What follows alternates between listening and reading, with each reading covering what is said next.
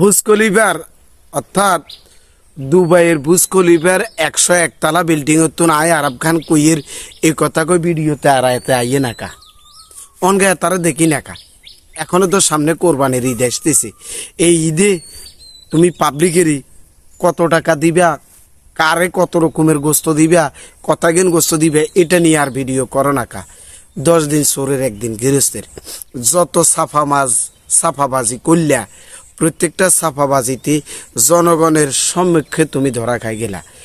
তোমার বন্ধু আত্মীয় স্বজন প্রাণ ফলোয়ারদের টাকা পয়সা চুরি করি তুমি বাবুরে ইগলের লঘু দিয়া বাংলাদেশে তুন সাকিব খানেরে, তারপরে সাকিবুল আল না ওই যে ক্রিকেটার সাকিবুল আল হাসান এবং হিরো আলম এতা করে নিয়ে উদ্বোধন করি পুরা দেশে বিশ্বর কাছে একটা তাক লাগাই দিলা।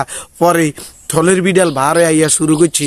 তুমি যে বাংলাদেশে একজন পুলিশ ইন্সপেক্টরকে হত্যা করার পরে দুবাই আরব শহরে যাইয়া 101 তলা ওই যে বুর্জ খলিফাতে উঠছ, তুমি আরব খান সেখান থেকে নামতেছ না, তোমারে কেউ ধরতে পারতেছে না। সব মিলাই তুমি প্রত্যেক দিন লাইভে আসতা ভিডিও করতে কত রঙের সাফাবাজি করি এই বাংলাদেশের সাধারণ মানুষের ইমোশনালে তুমি হিট দিছ, ইমোশনাল তুমি কিনছ। মানুষদেরকে ভুলভ্রান্তি সুজাইয়া বুঝাইয়া টাকা দেবো কই মানুষের কাছ থেকে হাজার হাজার লাইক ভিউ কমেন্ট তুমি উদ্ধার করে নিছ। তার বিনিময়ে তোমার বন্ধু বান্ধবদের তুমি হাতাইছ। এই তোমার বন্ধুরা হোয়াটসঅ্যাপে তোমার এই ছবিগুলা দিছে, আমার লজ্জা লাগতেছে। তারপরও ছবিগুলা কিছু কিছু আমি একটু এডিট করে দিয়া দিছি, আরও কিন্তু আয়সামাদ আছিল। সব মিলে আমি বলতে চাচ্ছি এই যে আরব খানের চরিত্র বাংলাদেশে কচুরি ফুলের মতো পবিত্র। আরব খানের চরিত্র আঙ্গ বাংলাদেশের কলমি শাকের চেয়েও পবিত্র। যে কোনো চোখ হোক কলমি শাকের উপরে বসি ফিরি খাইতে পারব। দেখেন সে আরবে যাইয়া দুবাইতে যাইয়া 101 তলা বিল্ডিং তুন লাইভে কইয়ের আয় আরব খান হারলে পিছনে গেউ গেউ না করে তুই 101 তলা উড়ি যা। সবসময় আরব খানে বলতো। আমি বলছি আরব খান তোমার সৎসাহস থাকলে তুমি 101 তলা থেকে নিচে নামিয়া কথা বলো।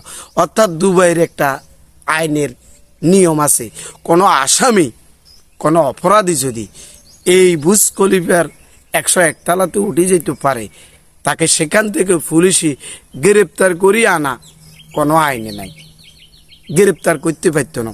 অতএব সে নামলে বিল্ডিংয়ের নিচে পাইলে তারা গ্রেপ্তার করতে পারব। কত খুন খারাপি মামলা মোকদ্দমা নিয়া তুমি সেখানে যাইয়া বাংলাদেশের ফেসবুকে মানুষের ইমোশনালে তুমি হিট করিয়া টাকা কামাইছিলা। তো এখন থলের বিড়াল বার হয়ে গেছে, এখন তোমার সাফাবাজি নাই কা, অনলাইনে তোমার গলার সুর কমে গেল কা। মূল কথা হইল বেশি বগর বগর করলে অনলাইনে হেতার শেষ পর্যায়ে জিরো আসে, হাতে জিরো হয়ে যায়। ফেসবুক সামাজিক যোগাযোগ মাধ্যম এমন একটা বিষয়।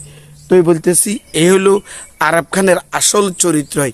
ক্রমান্বয়ে অনেক ভিডিও তার আছে, অনেক তার প্রাণ ফলোয়াররা আমাকে হোয়াটসঅ্যাপ মেসেঞ্জারে নক করতেছে, ভাইজান আমার কাছ থেকে 20 লাখ টাকা, আমার কাছ থেকে 10 লাখ টাকা, আমার কাছ থেকে সুমতি করায় 30 লাখ টাকা নেওয়ার পরে সে আমাদের সবাই টাকা মারে দিই। এখন বুর্জ খলিফার 101 তলা তুড়ি বই হাতে লাইভ করে।